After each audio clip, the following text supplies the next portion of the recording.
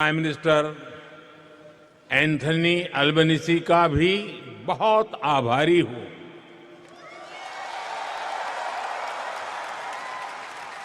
आप सिडनी में भी साथ थे और आज यहां मेलबर्न में भी भारतीय कम्युनिटी के बीच आए हैं और ये एक प्रकार से फुल सर्कल हो गया है। अहमदाबाद, जहां दुनिया का सबसे बड़ा क्रिकेट ग्राउंड है, और मेलबर्न, जहां आइकॉनिक स्टेडियम है, हम दोनों साथ रहे हैं। और साथियों, हम सभी ने देखा है, प्राइम मिनिस्टर अल्बनीसी जब बोलते हैं तो भारतीयों के दिल और दिमाग में छा जाते हैं। सिडनी में भी आपने धूम मचाई थी और यहां भी आप छा गए। मैं विक्टोरिया की प्रीमियर का भी उनके ऊर्जा भरे शब्दों के लिए, भारत के प्रति इतने स्नेह से उन्होंने जो कहा, उसके लिए उनका भी हृदय से आभार व्यक्त करता हूं।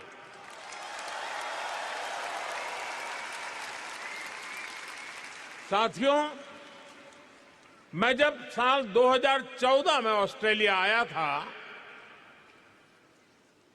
तो 28 साल के बाद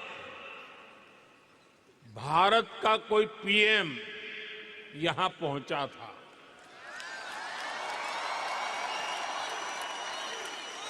और आप याद कीजिए,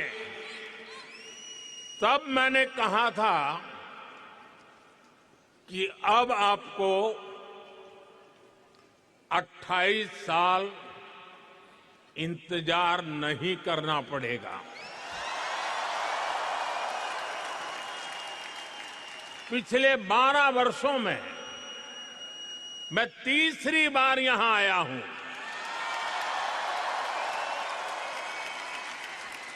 यानी इस बार हैट्रिक लगी है।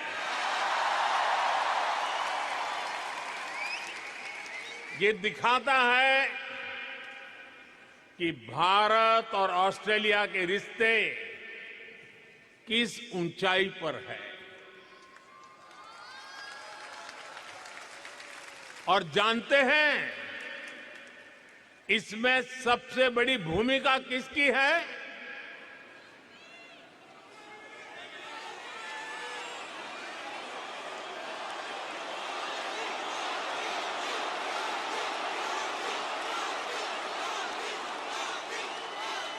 मोदी की नहीं, इसमें आप सभी साथियों की भूमिका है।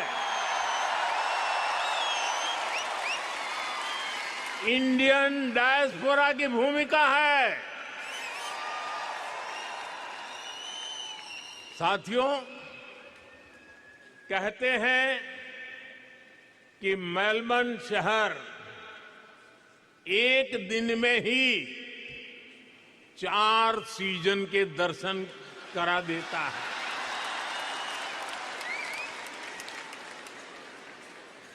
लेकिन भारतीय समुदाय ने अपने कल्चरल कलर से इसको और वाइब्रेंट बना दिया है। यहां मेलबर्न में और आसपास काफी ऐसे स्थान हैं, ऐसे मार्केट्स हैं जो भारतीयता के रंग से भरे हैं। कोई इन्हें लिटिल इंडिया कहता है, कोई मिनी इंडिया कहता है, नाम जो भी हो, लेकिन रंग भारतीयता से भरे हुए हैं।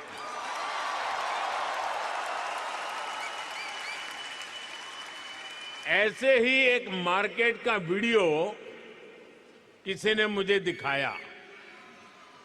वीडियो में बता रहे थे कि वहां खूब सेल चलती रहती है। इस सेल के चक्कर में लोग गनचक्कर बन जाते हैं। शॉपिंग का मूड न भी हो तो भी खरीदारी करनी ही पड़ती है। मैं सही कह रहा हूं ना? सेल का आकर्षण होता है ना? साथियों, आप में से कई साथी फर्स्ट टाइम ऑस्ट्रेलिया आए और कईयों का जन्म भी यही हुआ। पीढ़ियां बदल गई, लेकिन भीतर की भारतीयता हमेशा हमेशा जिंदा रही।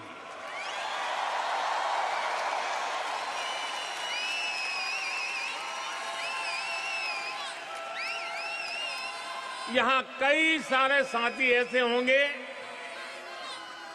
जिनके घर में कम से कम 2 टाइम जोन चलते हैं। यहां बच्चे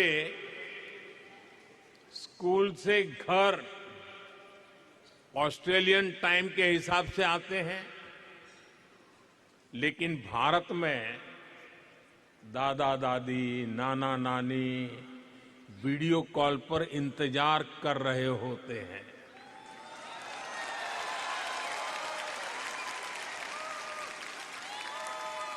यहां वीकेंड होता है तो भारत में किसी शादी की लाइव स्ट्रीमिंग चल रही होती है।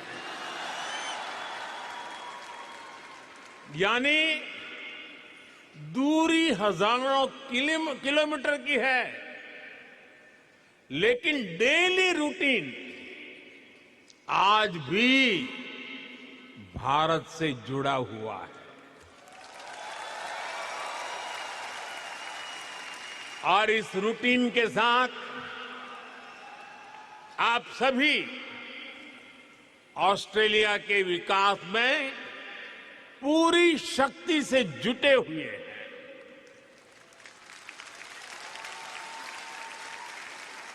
मुझे आप सब पर गर्व है।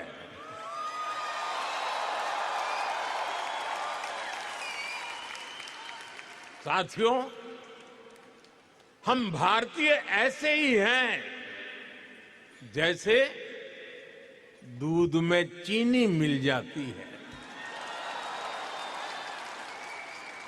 उसे और मीठा कर देती है। वैसे ही हम भारतीय दुनिया में अपने प्रेम का रंग घोलते रहते हैं। घर में दूध ऑस्ट्रेलिया वाला आता है, लेकिन चाय भारत वाली बनती है।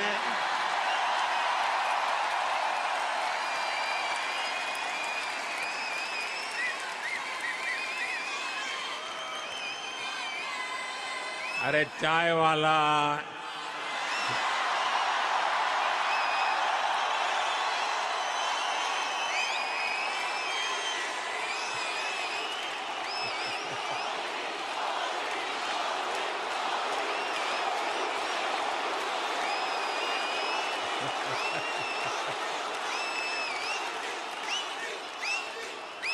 दाल सब्जियां ऑस्ट्रेलिया की हैं, लेकिन उनमें तड़का देसी मसालों का ही लगता है। साथियों, आपने सुना होगा भारत में आजकल वजन क्लबिंग का नया ट्रेंड चल रहा है। इसको हमारी जेन जी ड्राइव कर रही है। और यहां ऑस्ट्रेलिया में भी मैंने सुना है कि आपका वीकेंड आस्था और आध्यात्म से भरा रहता है।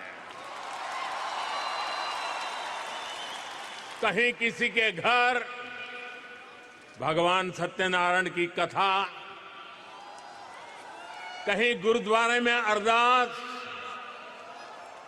कहीं बच्चों द्वारा भांगड़ा या भारतनाट्यम की प्रस्तुति, कहीं कोई क्रिकेट टूर्नामेंट चल रहा होता है। और अब तो इंडियन फिल्म फेस्टिवल भी यहां आ गया है। कुछ दिन बाद ही मेलबर्न में इंडियन फिल्म फेस्टिवल शुरू होने वाला है। मैं इसके सफल आयोजन की आपको अभी से शुभकामनाएं देता हूं।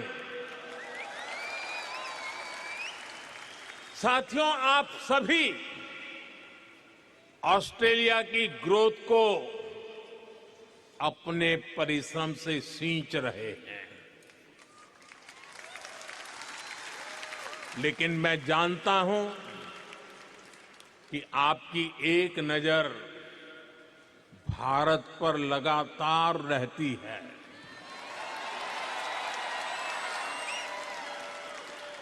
भारत क्या कर रहा है, भारत की प्रगति, भारत की गति, इसकी खोज खबर आप लेते रहते हैं। साथियों, 21वीं सदी का भारत आज विकसित होने के लक्ष्य पर काम कर रहा है।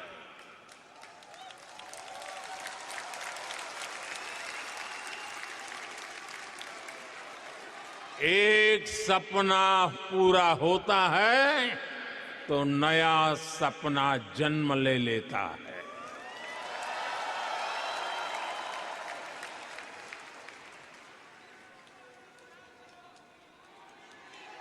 पहले कहते थे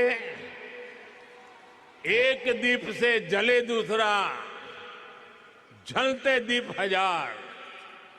आज मैं कहता हूं, एक सपने से जन्मे दूसरा सपना, सपने जन्मे हजार।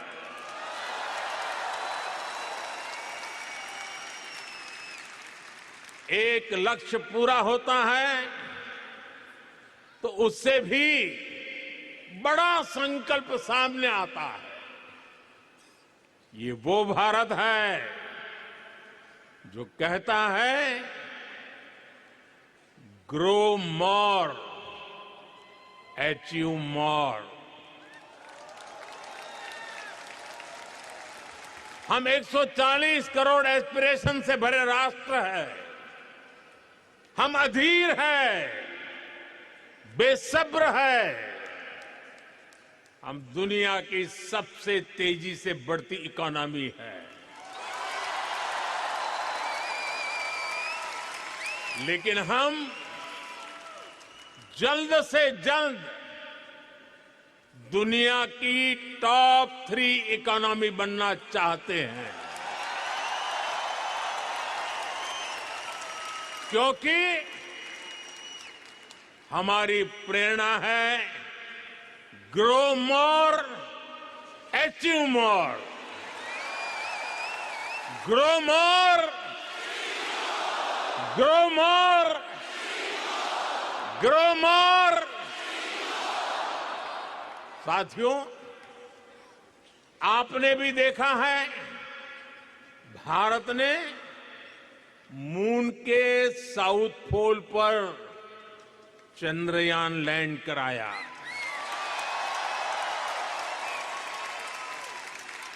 दुनिया में कोई और देश ऐसा नहीं कर पाया,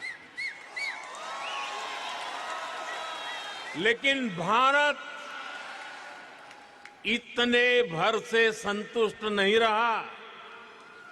क्योंकि भारत कहता है ग्रो मोर, ग्रो मोर। इसलिए साथियों, भारत अब स्पेस में अपना गगनयान भेजने की तैयारी कर रहा है।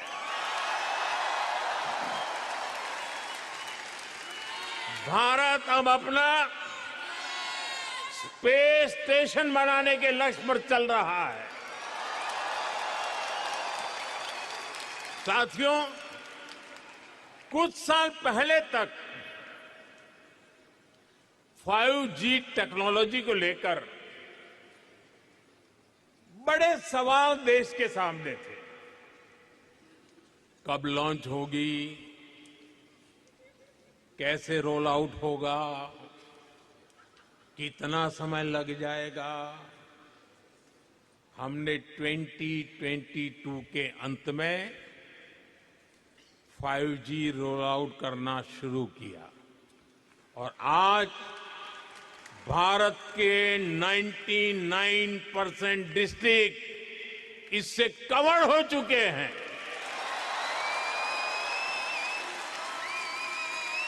और आपको खुशी होगी दोस्तों, भारत 5G का फास्टेस्ट रोल आउट करने वाले देशों में से एक देश है।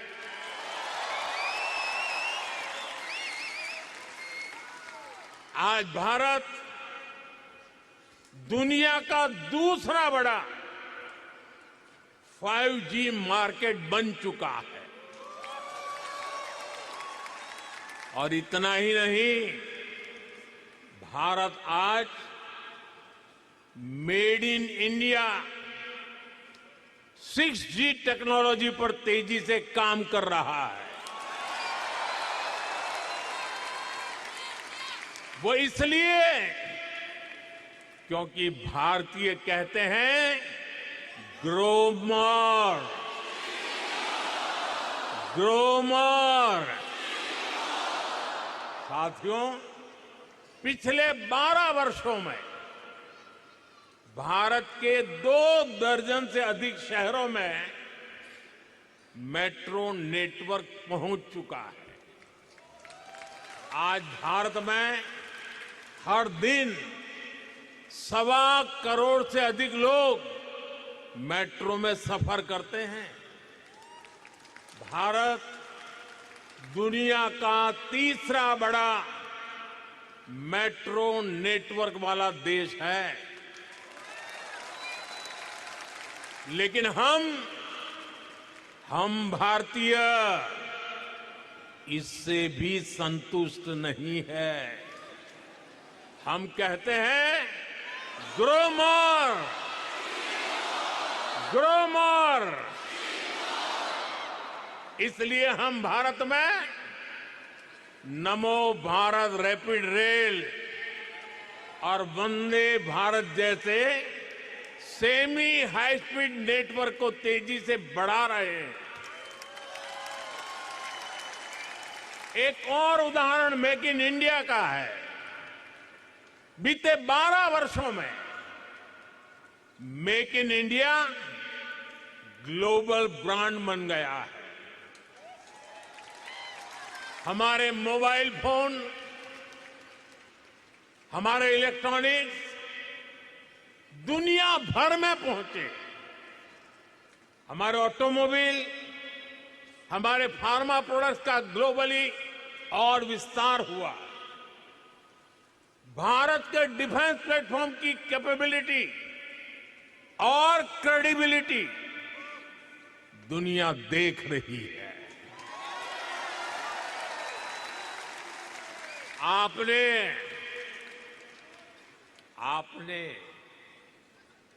ऑपरेशन सिंदूर के दौरान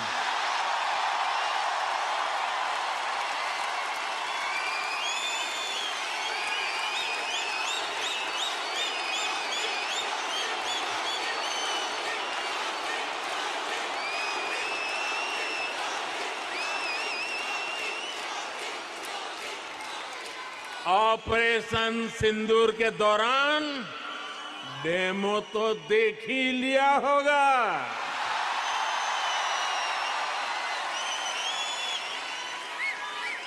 धमाके आतंकियों के अड्डों पर हो रहे थे और गूंज पूरी दुनिया में सुनाई दे रही थी।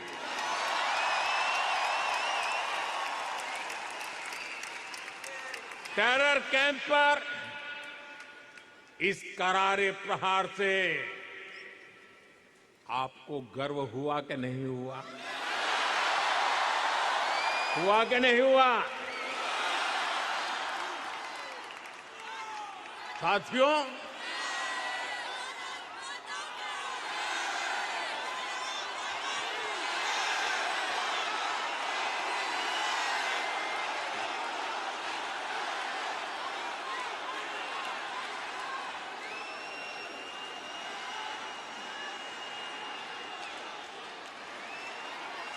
भारत इतने पर ही रुकना नहीं चाहता। भारत कह रहा है ग्रो मोर, ग्रो मोर। इसलिए आज चिप से लेकर शिप तक मैन्युफैक्चरिंग का भारत में एक नया इकोसिस्टम डेवलप किया जा रहा है।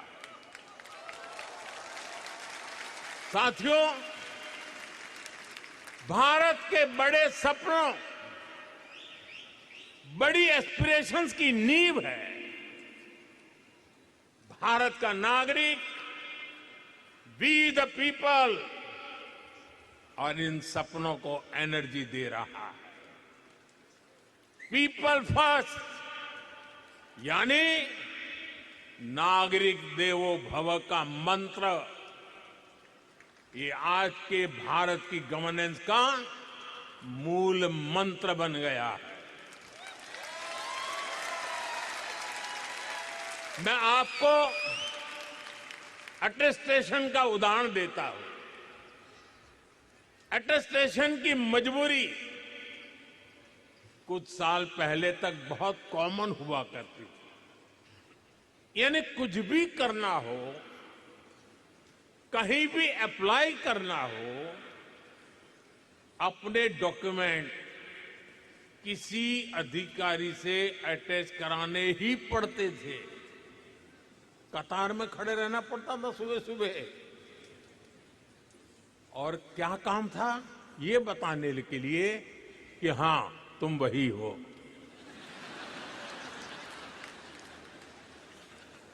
हमारे लिए तो नागरिक देवो भव अब ये स्थिति नहीं है।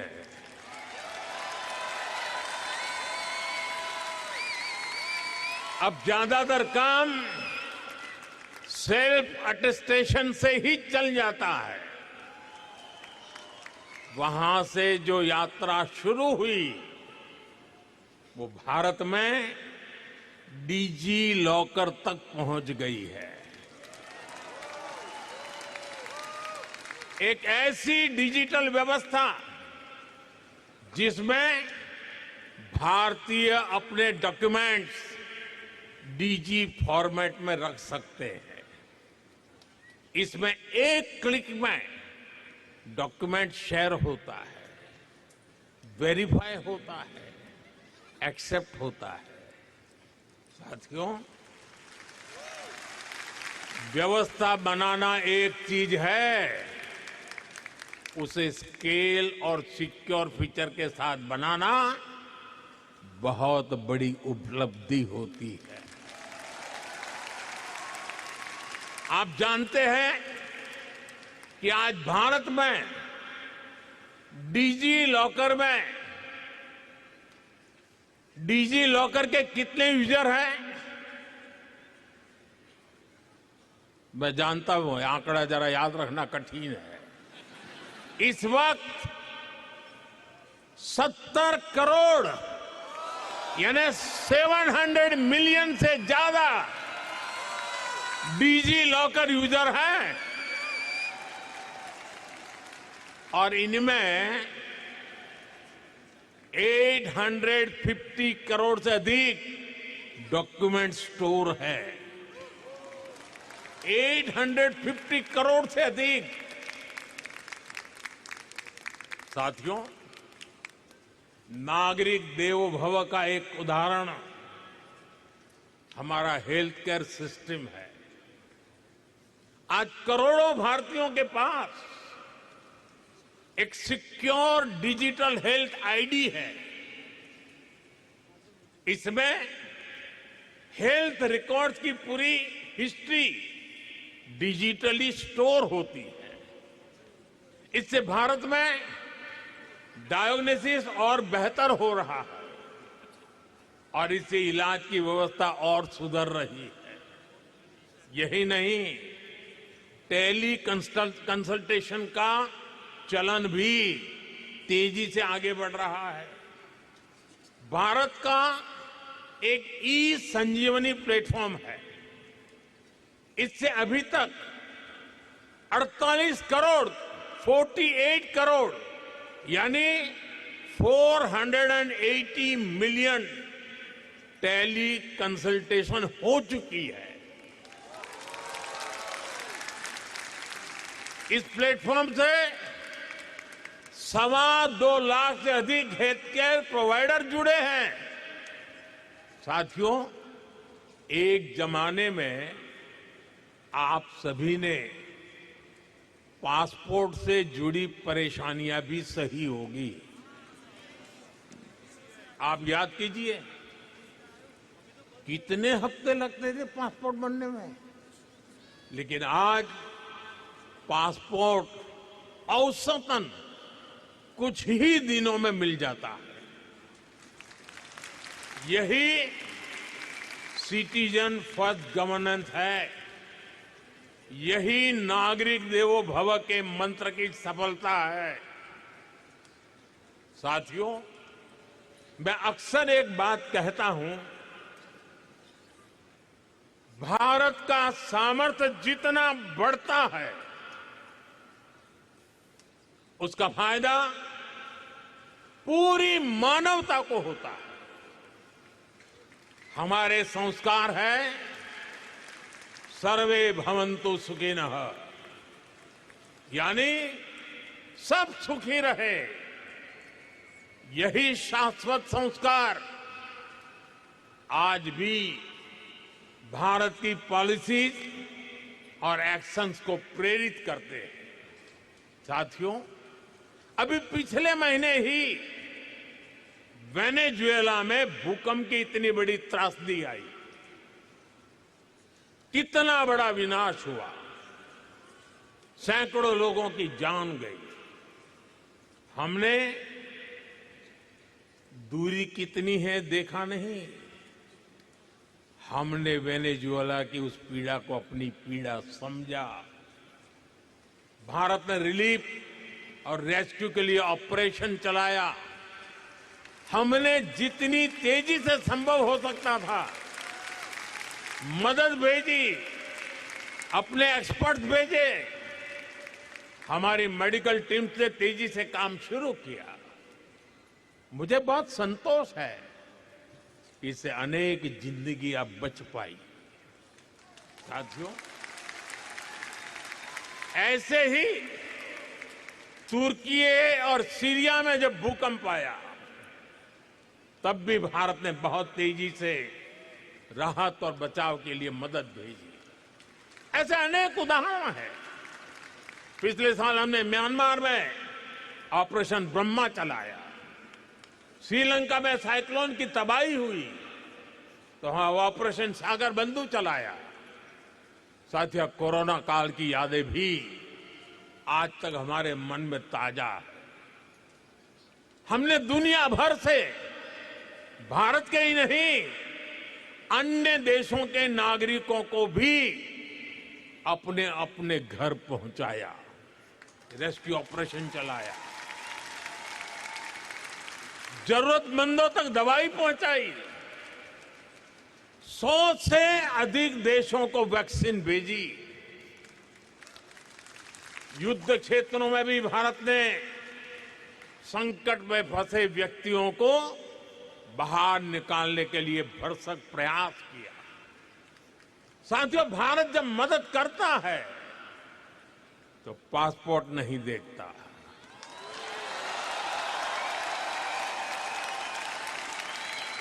भारत जब मदद भेजता है तो पासपोर्ट का रंग नहीं देखता।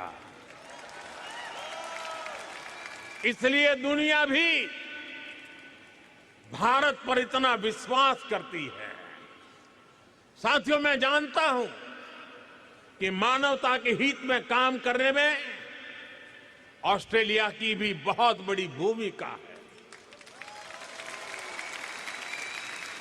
ये हम दोनों देशों की पार्टनरशिप का एक अहम पिलर है और हम दोनों देशों की साझेदारी को एक और सेक्टर मजबूती देता है। ये सेक्टर है स्पोर्ट्स, खेलकूद। स्पोर्ट्स की दुनिया में ऑस्ट्रेलिया अपने आप में एक ब्रांड है।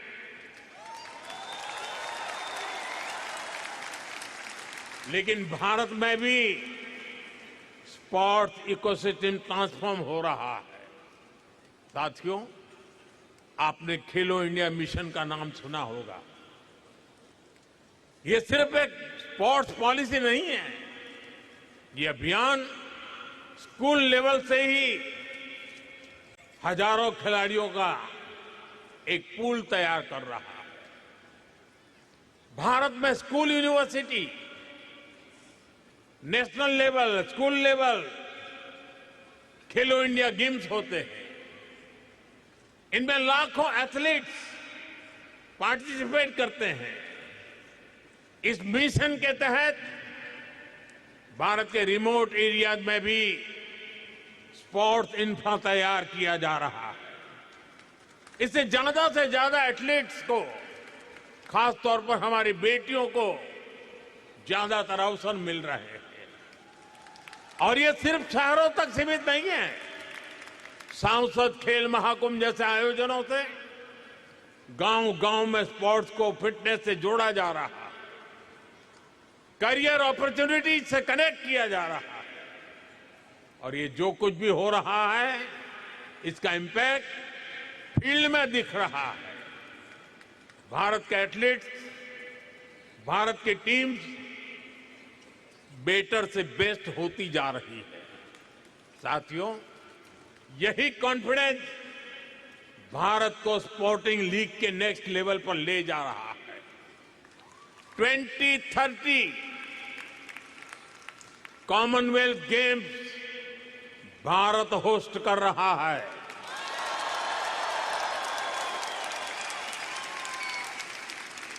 भारत 2036 ओलंपिक्स को होस्ट करने का भी दावेदार है।